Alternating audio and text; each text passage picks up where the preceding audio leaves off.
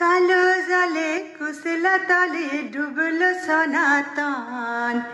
আজ সারানা কাল সারানা পাই গো দর্শন।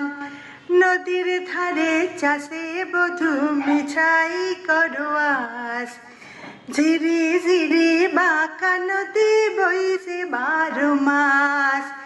মেদিনীপুরে রায়নাসিরন বাঁকুড়ার ওই ফিতা যতন করে বাঁধলি মাথা তাও যে বাঁকা সীতা।